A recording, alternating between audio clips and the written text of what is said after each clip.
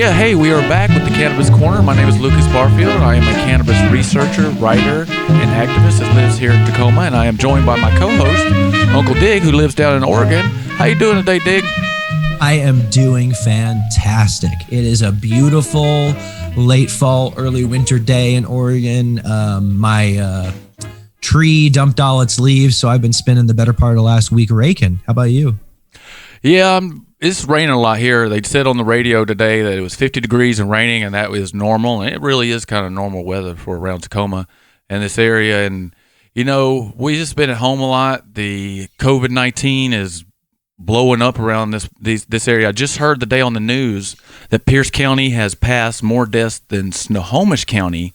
And that's really crazy because I think Snohomish County is more populated than down here in Tacoma. So it's really concerning. I just want to echo what everybody's saying is stay at home and let's listen to the governor and everybody that's telling us how to be safe during this time. And I think Oregon's having some issues right now too with the COVID-19. Our more populated areas are having some issues, but also what's surprising is case rates are increasing in some rural areas like where I live. And we don't have to look far, but you know, the Dakotas to see what happens when you think being rural protects you. I mean, they are getting catawalloped. So everybody, if you can, stay home. And if you must go out, please wear a mask. Please do your hygiene and, you know, keep your distance because this stuff's real and it's not going away anytime soon. They're talking about a vaccine. There isn't one yet. Yeah, and it looks like even like having things like in big open spaces might not even work. They had a thing going around on the news. There was a big wedding. They had like 300 people, but they did it like in a big hangar, and they were supposed to be all socially distances and everything. But they, of course, 17 people have come down, and that has led to 2 more outbreaks. So it really is the time right now for the exponential growth of the virus. So today we might have 2 cases. Next week we'll have 4. Then the next week 8, 16, 32, 64, and it just goes up and up and up. And it's a dangerous time with the flu going on too. I'm wishing you guys all the best down in Oregon, Dig. Hey, you stay safe up there too, man. So let's jump into our news, and we're going to keep talking about the election and the landslide of cannabis laws that passed. There were 5 total cannabis state or 5 total states that did some type of cannabis initiative and furthered the cannabis movement. And we have Montana, South Dakota, Mississippi, New Jersey, and Arizona. And Mississippi being the only state there that did medical, the rest of them adult use and recreational. Although South Dakota did add their medical too. So much going on right now. And just all this tapestry of cannabis laws all over the country. And I just learned today that there's only 6 states that still have it fully illegal. So what everybody's wondering is this actually going to press the federal government to deschedule or decriminalize cannabis? I'm not so sure. And, you know, I'm really not either. I tend to agree with you. The party that seems pro-cannabis keeps electing middle-of-the-road people to office that don't seem very pro-cannabis. If they keep doing that, they can keep moving with what we've been doing, which is this patchwork. If the patchwork is working and they're still able to win elections, then what do they care? Yeah, and the President-elect Biden and Kamala Harris did say that they were going to do some decriminalization with cannabis and some criminal justice reform. And Harris is in favor of the MORE Act, which is right now a law in the House of Representatives that basically decriminalizes cannabis, adds some money for research and some other things. And one of the great things it does is expunge cannabis records, probably only federal cannabis records, which would be a big deal because if you get charged with the cannabis records on the federal level, that's a pretty high crime, and you had to be growing a lot of cannabis. And so it's moving forward really slowly, and that kind of moves us into our next story, which is something that we've talked about before, and that is how cannabis legalization is so popular that even though the country is divided on so many different things, that people are still united on this one thing, and that is getting rid of this cannabis drug war. Oh, yeah. I mean, I have a few conservative friends left that didn't go whole Nazi while we were doing this Trump thing. and the ones that I'm still friends with, and even some of the ones that I don't talk to anymore, all of them were pro cannabis. To them, it was a freedom issue, a liberty issue. So if I can drink beer, I should be able to smoke weed as well. I'm an adult. Hey, government, get your hands off of me. That was how it was. And I respect that position. In a lot of ways, that's how I come to cannabis reform from. I don't necessarily come to it from a place of compassion or equity. Initially, it is, I'm gonna do what I want. This ain't hurting anybody. Leave me alone. And that's valid. And I think that's one of the ways we can really reach across the divide to conservatives to continue moving this cannabis ball forward. Yeah, and I don't know if you saw it or not. Back before some of these bigger protests happened with the George Floyd case and all these terrible cases over the summer, last year when they were having some protests up in Seattle, they actually had two groups came together, quote unquote, the left and the right, and they were kind of battling it out. And then all of a sudden up in Seattle, somebody sparked up a joint, and they kind of came together and started talking right there and smoking a joint. And that was on the news. And that's awesome. Yeah. And one of my, somebody that I know, a veteran friend of mine who actually, sadly quit talking to me because I was voting for Bernie Sanders. That's a whole nother story. But he was a Trump supporter, and he was a big-time cannabis supporter, grew at home recreationally, was a veteran who used cannabis for PTSD. I know a lot of people in Alabama who are Trump supporters or Republicans who use cannabis. So it definitely is a thing, and we're seeing that with the cannabis legalization all around the country. And Trump won South Dakota, and I believe he won Montana too. So it definitely is crossing that partisan divide, and that's a good thing right now in these times of divided times, to have something that we can have in common. Yeah, I wonder if conservatives are into different weed than liberals. That sounds like a fun article someone should write. That would be interesting to check out some of their preferences, and maybe they might like sativas more than indicas. I'm not so sure. It would be an interesting study to look at that, sort of the different cultures and who likes what where, and that would be something we'd be able to do once we legalize it a little more and we can start getting data. There are cannabis stuff coming to the university, and that kind of takes us on to our next story, which is out of California. And the Bureau of Cannabis Control in California, how you like that name, has awarded over $30 million in public grants to universities all around California. And these are going to be studying everything from health to environmental impact to local regulations and how they intersect with cannabis law. So a couple of these stood out to me. One was a study that was going to look at cannabis farm surface runoff. That was something that's really interesting to me because we have a situation right now where cannabis is being sometimes a little not environmentally responsible. And so we need to get these studies and find out what works best when it comes to cannabis farming. And another one I thought that was really interesting was they were going to take a look at how secondhand smoke from cannabis affected people. And that is always something that's a controversial topic. So you had a couple of those studies that kind of caught your eye too. I did, but can we talk just for a moment about that runoff study? Yeah, absolutely. Because I think that while runoff due to over fertilization and over irrigation is a problem in cannabis cultivation, there's no denying that. It's a problem in all modern large-scale agriculture. And it's something that we need to confront not just on a plant or industry by industry basis, but we need to look at our whole agricultural system and ask why we have such a problem with oversaturation and runoff. Oh, and that is absolutely true. I mean, they have the cow farm runoff and pig farm runoff. And then when they're spraying all the fertilizers and petroleum products as pesticides and things, that's all the runoff. So it's definitely a problem.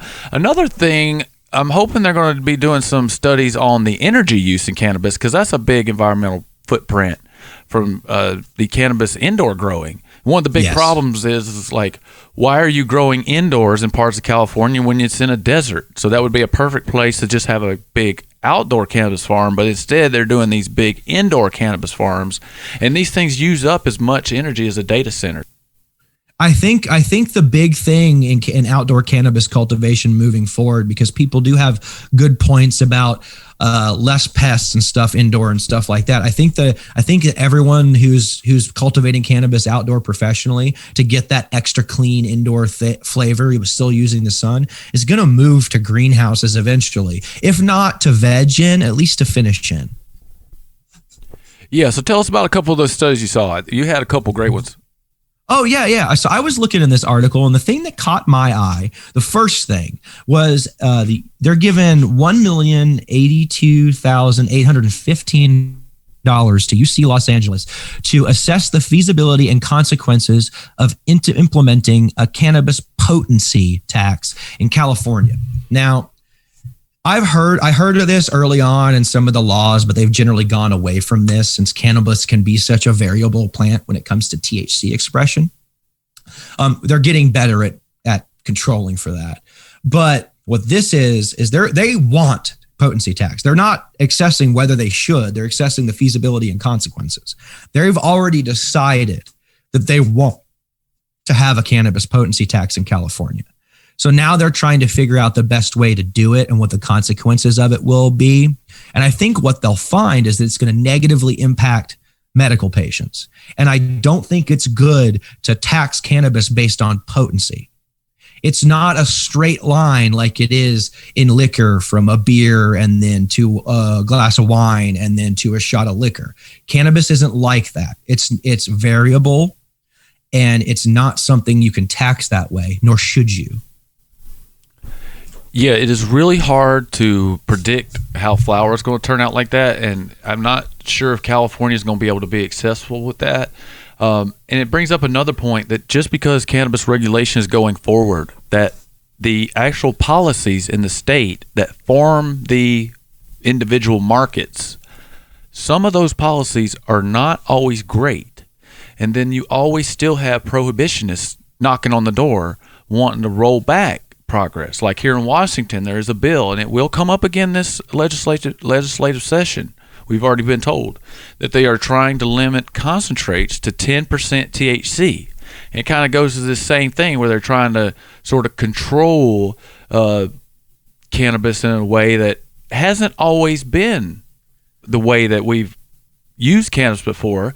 It's real interesting. Like in Ohio, their medical cannabis system, you buy cannabis by THC weight in per milligrams in daily doses.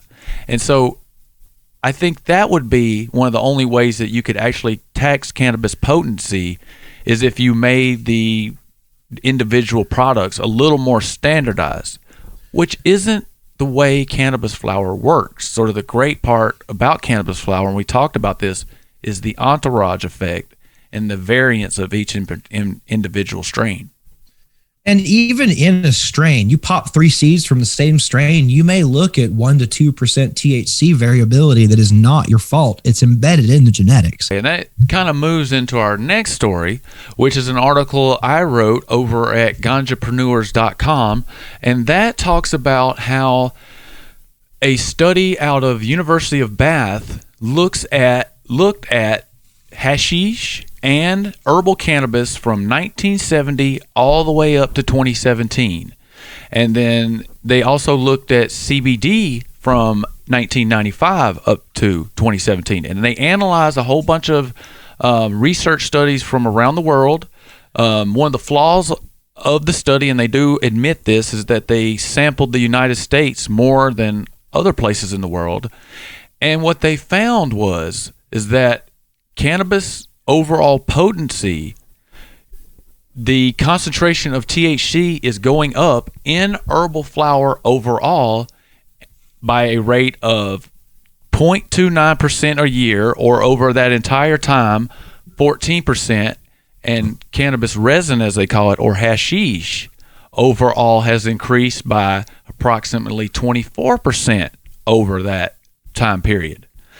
But they kind of are a little misleading on what that actually means. Can you explain to us, Dig, what they were talking about and kind of the sort of the caveat to this research study? So the strongest cuts of cannabis available have become stronger. And people have gotten better at preserving THC throughout the cultivation process. So it is true that if you are looking for potent cannabis right now, you can find more potent cannabis than you could in the 70s. But not everyone smokes or imbibes the most potent cannabis. There are still people that use cannabis that test at 12% daily and don't like using stronger cannabis because it makes their head rush or something. And there are other people that only smoke CBD and take in very little THC. And then there are all these, cannabis is a rainbow, a tableau of different chemovars. So while the strongest weed is stronger because we're getting better at preserving all of the oils and all of the terpenes and all of the chemicals in the plant as we harvest and package it, because it's legal, because we've been able to research it, not all cannabis is that strong, nor do cannabis growers or the industry want it to be that strong. People come to cannabis from different places, and not everyone wants to smoke 29% THC cannabis.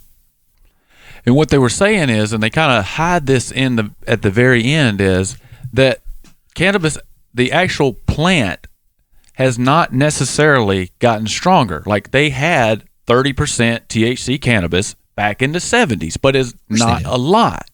And so over time, it's actually, the cannabis hadn't gotten stronger. There's just been a lot more of it.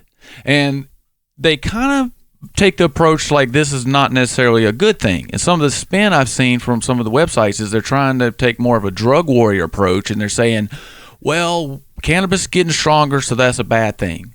But we were talking about how medical cannabis patients and people who have debilitating conditions, more THC is a good thing and not a bad thing. So those stronger terpenes and stronger THC cannabis flowers and having better access to that is a really good thing going on right now. Yeah, better medicine, stronger medicine for those who need it. That's a good thing. All right. So, hey, everybody, we are here today with our interview, and we have an interview with somebody who actually lives here in Tacoma. And I met her through the Cannabis Alliance, and I've been looking over the blog she has, Bud and Blossom. And she is a local cannabis lifestyle coach and cannabis blogger. And it's really great to have her on today. How are you doing today, Heather? Good. Hey, Lucas. Thanks so much for having me on. Yeah, and your last name is Dagley, so Heather Dagley, and your blog, I found it really great to read that. I'm always fascinating and interested to meet people who do blogging on cannabis and are really open about their cannabis use. I am something I'm trying to overcome as being kind of quiet about my cannabis use. Just some of us had a lot of conditioning during Prohibition, which is, you don't really want to talk about cannabis because you don't know who's around and you might get arrested, or it's been a taboo a lot of times in our society. So it's really great to see you out there and open and talking about this. What brings you to that point, and what are you up to these days in cannabis? Yeah, thanks for asking. So definitely just want to say that I too used to be very, very quiet about my cannabis use. We are certainly conditioned to be quiet about it. I used to, work in the corporate world, and only when people really started to get to know me, or we would hang out outside of work, they would see, oh my gosh, Heather smokes cannabis. It would almost surprise people. But all of that changed, I would say, about 4 years ago. 5 years ago, my best friend passed away, and I just went through really hard times. I lived my nightmare. And through that, actually, cannabis helped me to get my happiness and my life back. And I realized, it really transformed my life. I want to share this with other people. This is a really important tool that we can use to heal ourselves. So didn't really know what that would look like. But ultimately in 2019, I started my blog, Bud and Blossom, to do just that, to share this message of cannabis wellness with others and normalize the plant and do what I can to destigmatize it. Because if we can get past that perspective that cannabis is, like this evil plant or all the propaganda that's maligned it. If we can step past that, then we can really use this plant to improve our lives and the lives of people around us. So that's what Bud and Blossom is all about, is just sharing what that cannabis lifestyle can do for somebody. Yeah, and it really is sort of negatively ingrained into us. I remember when I first started coming into cannabis, or it was always in my life in the South. It's something people don't really talk about a lot, is cannabis is a really big part of Southern culture. So it was always around, but it still always had that, like, oh, it's something dangerous or something you need to stay away from. And I had friends of mine who would use it before me, and they were always like, here, Luke, you should try this. Like, no, I'm okay. But they basically finally talked me into it. And then when I eventually was able to get a supply of medical cannabis, it just turned around my life entirely.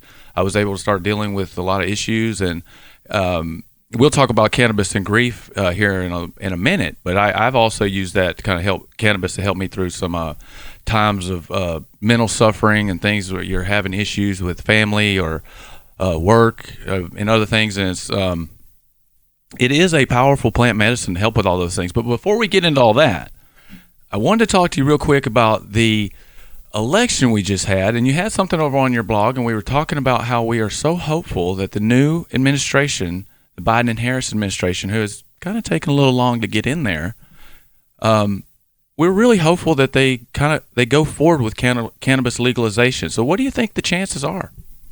Yeah, good question. That's kind of the question of the last couple of weeks. I've been reading a lot of articles where people are saying, okay, Biden and Harris are in. What does this mean for the future? So it will be interesting to see what the new coalition of leaders does. I do expect that they're going to take some big steps forward, though. They're talking decriminalization right now. That's part of the Biden plan.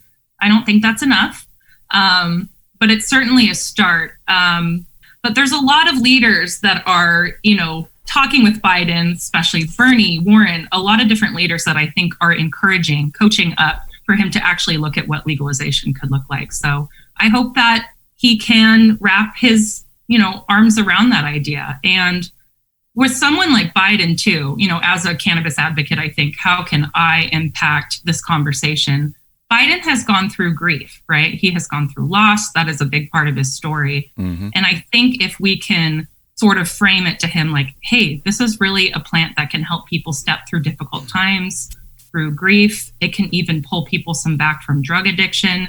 There's a lot of value here. Would you please just reconsider? I think there's a lot of things that we can do to move that conversation forward. What are you anticipating in the next couple of months and years? Well, we'll really see what happens. I know Harris is from California, so it seems to me, but she was the attorney general, so I'm sure that she has put some cannabis growers and some cannabis processors in jail before. But she was around in California during a time when there was a lot of cannabis being grown in California, and they were still arresting people, but it still was going on. So I am hopeful that something comes forward. And like you said, there's a push in the House. They have the MORE Act. And we even talked about on this episode earlier, my co-host Dig and I, that, cannabis is actually sort of a uniter. There was something on the news that I'd mentioned that there was a protest down in Seattle where sort of the side on the left was here and the side on the right was there, and then they came together and they were arguing, and then somebody sparked up a joint, and they kind of got together and started smoking. Now, this was pre-COVID, I believe, last fall, maybe a year ago. But it's really fascinating to see how cannabis is sort of a uniter, and we do see this with the, Mississippi, definitely a conservative red state, passing cannabis, Montana, South Dakota, all these places passing medical cannabis. I mean, Florida, it went to Trump, and they have a pretty good medical cannabis system right now. So, and I've spoken about this on the show, my experience in Alabama, and I just mentioned it. Cannabis is big in the South, even with conservatives and Republicans. So it is a taboo, but I think we're kind of really at a tipping point. And, there was a lot of people out there that was hoping that President Trump would legalize cannabis. And I was actually kind of surprised that he didn't, because I always felt that if he did, it definitely would be a dangerous tool for him getting reelected.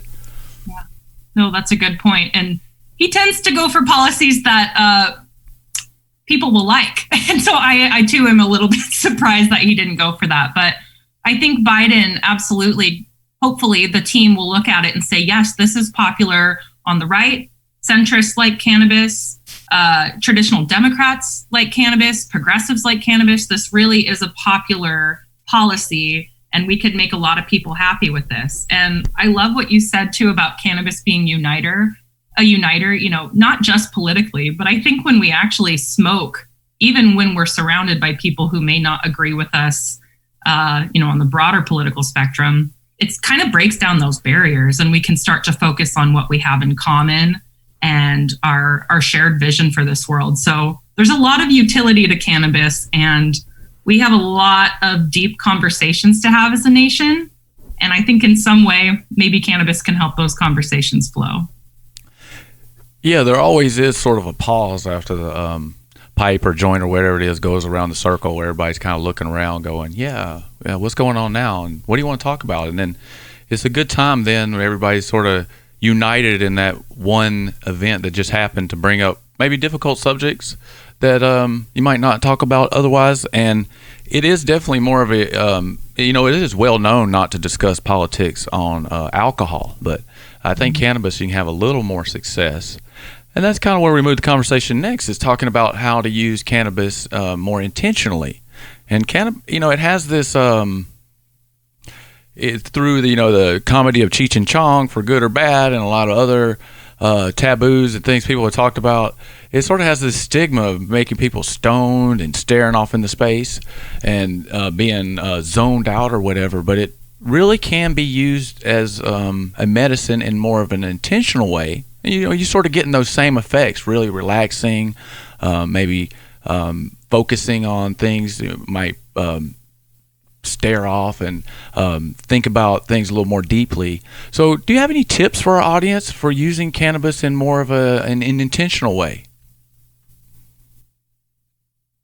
Great question. So I think, yes, cannabis is maligned and there's all this stigma around it, makes people lazy and it takes away ambition. But I think that I'd like to challenge that and turn it on its head and say that my experience, and I know the experience of many others, cannabis actually makes them more capable. So there's all these different healing aspects of cannabis. It's a tool that you can use to step forward in your life. And so I think with cannabis use, what I like to encourage people to do is, what goal are you trying to accomplish? What obstacle are you trying to overcome? Is it your anxiety? Or is it your pain? Specifically, what is your mindset around this? And then explore what your body likes, explore some different product offerings. And if you can accomplish your goal, reducing your anxiety, reducing your pain through cannabis, then you've arrived, right? But there's such a thing as too much of a good thing. So I just invite people to audit their use, as they go about that. I like to ask myself every time that I light up a joint, why am I doing this right now? Oh, it's to relax or just get connected with my husband. Okay, then I have a why for it. So it's just all about that intentionality behind it, that auditing and really making sure that it is improving your life. But for many of us, it certainly does. Yeah, I've asked that question before, and I actually quit using cannabis for approximately about 10 years of my life between 2003 and 2013 for a wide variety of reasons. And, looking back, it might have been a mistake, and I should have thought about a little more about some of my goals of actually why I was using cannabis. But previous using cannabis before, when I lived in the South and wasn't very familiar with medical cannabis, it was definitely more of like a recreational thing. We didn't even know about medical cannabis a lot in the South. I remember the first time I even heard the word medical cannabis, I was like, or is medical marijuana back in 96 when they passed it in California. I was a little, I'm not so sure what that was. So it's always a recreational thing. But then in 2013, I came to it a little more in a medical way, and it changes how you use it depending on your outlook and your goals and what you want to get out of it. And I think it is a good thing to sort of take a minute and audit what you're doing and how you're doing it. And is this an efficient way of spending my time? Is this an efficient method of use? Because there's a lot of different cannabis consumption methods, and I think it's good to look and see which one works best for you and which one can help you have a better experience. And that brings us on to our next topic, which you brought it up a little bit before, and that is cannabis and grief. And this is a time right now where we all are having grief in one way or the other. I'm really feeling bad for my kids not being able to go to school, so I'm having a lot of grief sort of in that realm. We're having a lot of death and because of COVID and just all the other things going on. Would you like to share a little more about your story about how cannabis helped you with grief and how this plant can be used in that way? Absolutely. Yeah, I think this is one of the primary reasons actually that I started Bud and Blossom was to share how cannabis can help with grief. Because when you step through grief, you realize how painful it is. There's a physiological response even with grief, like it takes over your whole mind and body, or it can. And it's an experience that's common. Every human is going to go through this at various times in their life. And like you said, certainly right now, that is so prevalent. So with my experience, my best friend, Shannon, who I grew up with here in Tacoma area, we grew up in University Place. We went to Curtis High School, best friends since 4 years old until we were 25 when she passed away. And she passed away of a heroin overdose, and she'd been struggling for a while. And so I had a lot of really difficult feelings coursing through me when she did pass away. I was 25 and young and had known it was a possibility with what she was struggling through, but was still so unprepared to manage it. And I floundered for a really long time. I could barely get through the day. And for people that have gone through grief, maybe they can relate to this, but especially in the early days, you don't know how you're going to get to the next 10 minutes. You're like, I literally don't know how I'm going to survive, or just like it continued to exist through this pain, And I felt like I was in Alice in Wonderland. I think I would just like pour myself a drink. I would turn on The Office, all the strategies I knew to like boost my mood. Nothing would work. But ultimately I realized I got to try something different. And like you, I had stepped away from cannabis for a while. I used as a young person, loved it, didn't really think about it as medicine. But when I was going through that difficult time, I was like, maybe cannabis could help. Just, it's legal. Why not try it? And I tried it, and it seriously transformed my life. It might sound like an exaggeration, but I call it my cannabis transformation year. Yeah. It helped me get healthy. It helped me focus on like, okay, what does taking care of Heather look like right now? But it also allowed me to look my grief in the face, like really not avoid it, not escape it. It's not an escape tool, cannabis. It allows you to really look at what you're going through. And at the same time, even though I was facing my grief head on, it took that prickly feeling away, sort of that like anxious, just awful, overbearing feeling that grief can feel like. And it helped me realize how I can celebrate Shannon's life more and how I can carry her with me throughout the rest of my life in like a really meaningful and positive way. So I use it continually now, 5 years later, to help me smile and maybe listen to like a Mac Dre song or Keep the Sneak or something that we would have loved when we were teenagers, and just smile about her as opposed to be wrapped up in the tragedy. So through this year, the challenges of 2020, everyone has gone through something. We're all going through something we didn't imagine living through. And one resource I'd like to plug, it's actually on the homepage of my blog on Bud and Blossom. It's 7 ways that cannabis can help us get through difficult times. And I put that together just for anybody who's really searching for how can I navigate this? And I like to point out that cannabis might be able to help them. Yeah, great. Thank you for sharing your story, and that's really just interesting to hear how that helped you. And you brought up your friend and heroin and addiction and all these things. And just speaking from personal experience, that cannabis, I actually could have used it in some times suffering from grief that might have stopped me from turning to other more impactful substances to handle grief. So it can be a way to sort of stop people from going further deep into more addictive substances like alcohol and heroin and cocaine and all methamphetamine and everything that people turns to. And because when you're hurting that way and when you're feeling that way and you just, it's like a loop, you just can't get out of it in your mind. Eventually that's going to go somewhere. That energy is going to go out, and there's all different ways to get to relieve that exercise. And I'm not a psychiatrist, but I just in my personal experience, there's all types of ways to get those feelings out of yourself and sort of put your mind back on a proper path. And cannabis definitely is one of those. And I do appreciate your work and sharing that with people, because personally I had to go through a lot. It sounds like you too.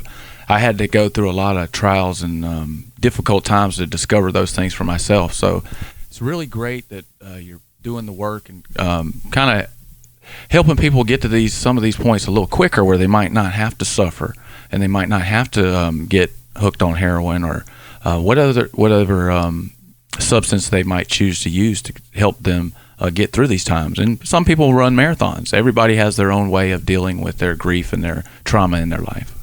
Right. Absolutely. Yeah. And I'm glad that you bring that up. That was certainly my experience. And, it's hard to share these things that are so personal, or maybe those experiences that make us look like weak, or however you want to frame it. But I really suffered with alcohol after Shannon passed away. And that's a tool that I've misused throughout my life, but it got bad. I could tell that, and I'm normally like a very capable woman, felt very stuck. I was literally asking myself, like, how can I climb out of this hole?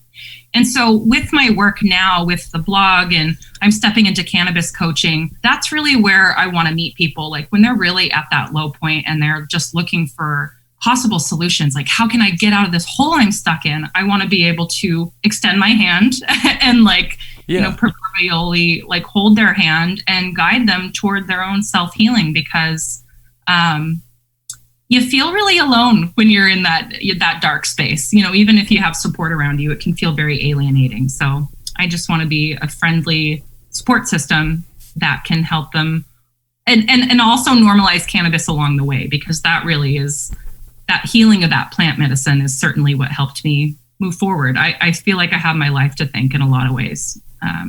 Cannabis helped me get my life back.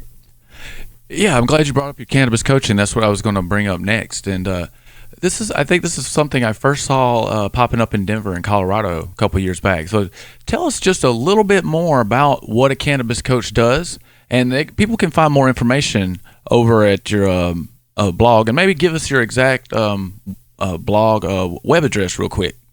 Yes. So it's called Bud and Blossom. The address is budandblossom.blog, or you can just Google Bud and Blossom and it should pop up. And then from the website, I do have a new tab. It's called Cannabis Coaching. And on that page of the website, I have listed out what my service offerings now. And to prepare to become a cannabis coach, I just went through a cannabis coach course through the Cannabis Coaching Institute. It's one woman out of Colorado and another coach out of Mexico. And together, the two of them put on this course for people who want to step toward cannabis coaching. And as soon as I heard about that and did a little more research about what cannabis coaches do, I was like, this is what I have been searching for. Like, this is that occupation that I think can allow me to actually provide support in the way that I've been envisioning it to clients and to people. So, in the past, I have bud tended here in Tacoma. I worked at House of Cannabis, and I loved bud tending because it was that ability to share cannabis with the masses. But it's a retail setting, right? So you only have so much time and you can only get so deep. And it's really more of a get in, get out scenario. And so with coaching, I want to add more time to that relationship and also a little bit more heart, right? Get to develop that relationship with my clients. And so as a cannabis coach, I will be helping clients that are going through a difficult time, maybe suffering pain, mental or physical, going through anxiety and depression, possibly grief, burnout. And these are a lot of the issues that I have stepped out of using cannabis. And so My goal is to educate them about cannabis science, the tips and tricks around intentional cannabis use, how cannabis can help actually heal their body, looking at a little bit of the physiology around it, and then just provide accountability, support, and also some other holistic health practices that they can wrap into that journey, like intentional breathing, getting in movement, keeping your nutrition in check, all those good things that will just help you step forward to that optimal version of yourself, living your best life, essentially. So I'm really excited about it. I want to wrap up. You have a holiday guide over at your blog. I found it really interesting. You have some recommendations for some sweatshirts and some cannabis lifestyle gifts. So what is your favorite thing over there on your holiday guide you think people should go grab? Ooh, great. Yeah, I loved putting this holiday guide together. It was really fun. Well, for one, my little sister, I called her and asked her to buy me one of the ashtrays on there because I really need an ashtray. I think one of my favorite items on there, though, is the hoop earrings. So for those of you out there with pierced ears, there's this really cute pair of gold hoop earrings. And, while those are cute and can accessorize any outfit, I think I like to think about it, take it a step further. Like wherever I can normalize cannabis in my life, I go for it. So when I can find a cannabis jewelry item and I can afford it, I will buy it, because it's about just like living out and proud about your cannabis use, not hiding it, but wearing it out on the surface. If you're comfortable doing that, and you can with your employer and everything like that, you can start to change hearts and minds. People might start to see cannabis differently. So that's kind of what my branding is all about too, just inserting that beauty and that kind of that lighter, that airier feeling around cannabis. However I can normalize, that's what I'm going to do. Yeah, I think people are really ready for it. Sometimes you're a little shy about it, but when you put it in front of people, people are a lot of times fascinated. And I was a little shy, and I brought it up to some people, and then people started asking questions like, hey, you actually know about this? Oh, great. So I went down to my brother's wedding in Alabama, and his mother-in-law wanted some questions about medical cannabis. Came up to me and started asking. I was answering her questions there, and it's just... once people find out that you're into this, and just every little thing you can do, you're wearing your hoop earring around and they see the little cannabis leaf hanging on there, and they'll stop and talk to you. It can open up a whole conversation, and you never know who you're going to influence, or your boss might be somebody who might be into cannabis, and you just never know where the conversations are going to lead, and then what that can lead to. It's one of my favorite things. It is certainly a conversation starter. And sure, there are going to be people that maybe scoff at it or maybe don't understand that cannabis outside of that illicit drug frame quite yet, but it'll get them thinking, right? You're planting seeds wherever you are open about your cannabis use. But one of the very cool things, like you said, Lucas, is yes, people will walk up to you and they will start telling you amazing stories about how they healed themselves through cannabis, or how they know someone who stepped through their addiction, or, even just uses CBD cream for arthritis. You really get to hear these inspirational stories. And that's what fuels me to keep going with this work, is when you pick up your head and really start to listen to people, there's healing happening all around us. And so, thinking about policy changes and what cannabis even looks like for the future of Tacoma, it's there's really a lot of value here. We could really help a lot of people. So I'm excited for the future and to see where this all heads.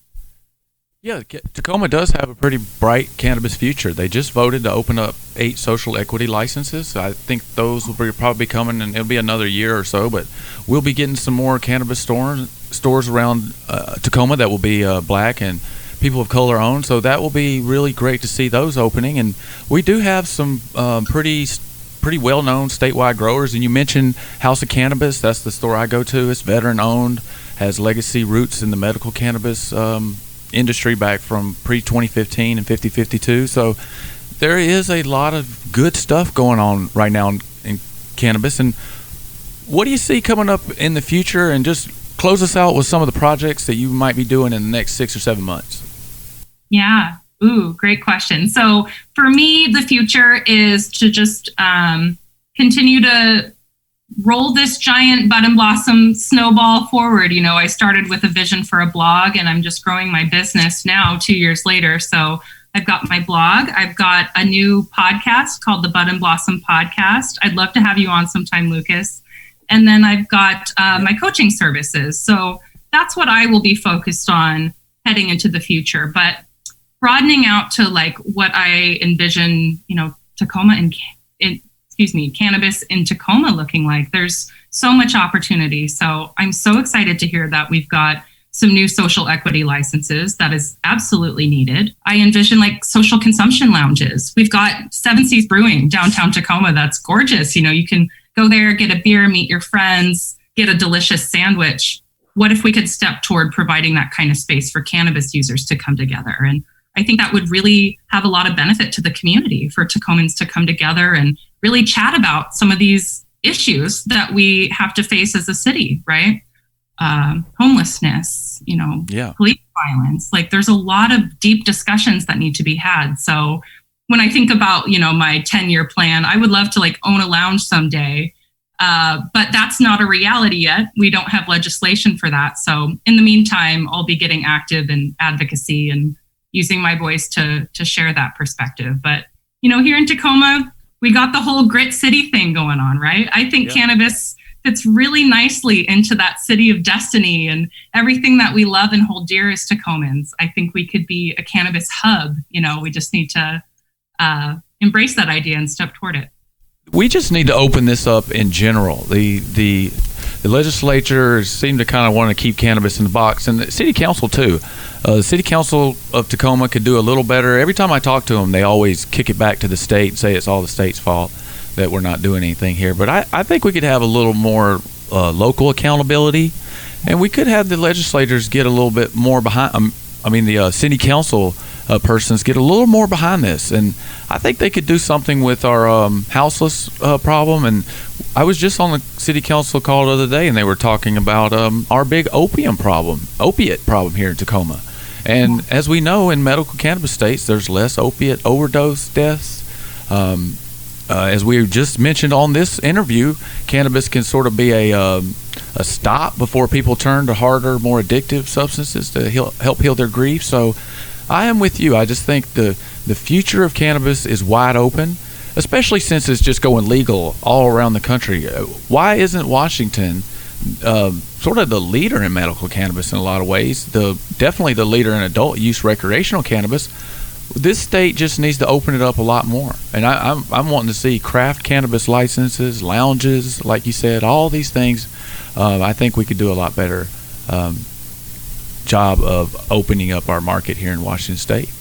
Absolutely. Yes, I see that vision. And you're right. Like locally, there is power. When you look at cities like Denver and Oakland, they're playing around with like different citywide policies around drug enforcement or how they frame drugs. So it is possible. I would like to see, the city step forward and realize they could truly be a pioneer here. And like you said, there's so many Tacomans right now who are suffering that could potentially help. And it's not as simple as just handing a joint to everybody, but thinking about how we can use cannabis as a tool to help our addicted or opioid addicted population. Like there very well could be progressive reforms or new clinics that open up, new rehab centers that leverage the healing properties of plant medicine to help these people. So, we're innovative, we're smart, we can come up with these solutions, but I think we just need to, it starts with an awareness that cannabis can help. And at this point, I'm kind of I'm just trying to get politicians and city council members and just share that message of cannabis can help. And then with that, it's about holding them accountable to use that information to truly drive for something better. It's all about reimagining. And I look forward, I'm so glad to have met someone like you who is active in this space and, talking about cannabis in a positive way, because I think when we form that community of advocates, we're going to have power in numbers. So, yeah. Yeah, absolutely. And thank you for your words there. And I do appreciate your blog and what you're doing too. And we're going to close the interview up, but just give us your blog one more time and then we'll be out of here. Yeah. So again, my name is Heather Dagley and my blog is called Bud and Blossom. And just to let you all in on why it's called that, I truly believe that when we smoke bud, we blossom into the people that we were always intended to be. So check it out online, budandblossom.blog. You can also contact me. I'd love to hear from you. And yeah, thank you so much, Lukas, for having me on. This has been great. All right. Our final segment of our show that we do every week is It's a Bus segment. And this one is down in New Mexico in San Juan County. And it is a bit complicated. And I would suggest everybody go out there and take a look at these articles we're going to mention. There's one in a Santa Fe newspaper, and then there's one in the Rolling Stone that talks about this.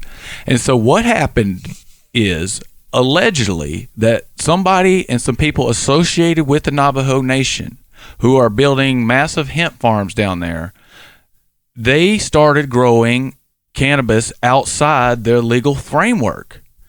And it became so much, and they had so much, that apparently they rented out some hotel rooms and the police showed up and busted them. You were going to read a little bit from the article there, Dig, kind of explain this.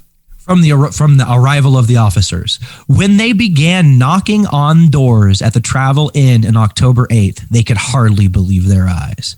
Numerous rooms had been converted into makeshift assembly line for processing cannabis. Officers waded knee-deep through piles of buds and discovered 17 Chinese men and women hard at work pruning the plants. The police seized 2,000 pounds of suspected marijuana, with an estimated street value of $2.8 million. It was the biggest marijuana bust ever in San Juan County, according to Sheriff Shane Ferrari. Yeah, and this is concerning in a whole lot of different levels. This article has a lot of twists and turns to it, but one of the things that concerns me is the exploitation of workers, because according to the article, they brought in roughly 1,000 Chinese workers from neighborhoods in California, and they were bringing them in and exploiting them, and the police showed up and busted them. And so this is something that goes on in the underground cannabis market, and it's really something that we need to try to get away from. So I would encourage the audience to go take a look at this. And anything else on that article we should know, Dig? You know, I think that the big concern is that when you have these big operations that are illegal or in a gray area like this, and it's not out in the open, you make people vulnerable that normally wouldn't be vulnerable if you had normal storefronts where people could see the employees, and normal farms where people could see the employees. You know, when you obfuscate an industry that's as big as cannabis from public view in as many places as cannabis is illegal, you set up employees and people who work in that industry for failure, and you set them up for exploitation. That is our show for this week. I would encourage everybody to don't forget to send in your cannabis first time getting high stories. And you can send them over to Dig. Remind us of what your contact information is there, Dig. You can contact me at uncledig4@gmail.com or Uncle Dig on Instagram.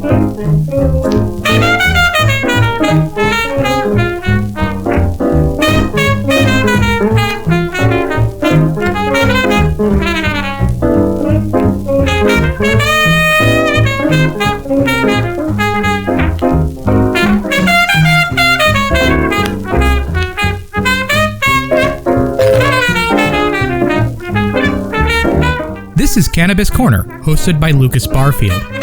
If you would like to get in contact with your host, he is on Twitter at MJIsMedicine. Your musical selection is The Happy Monster by Chubby Jackson and his orchestra, recorded on 78 in 1947. You can find this music and much more at the Great 78 Project, an archive of historical music recordings at great78.archive.org. You are listening to 101.9 KTAH, Radio Tacoma.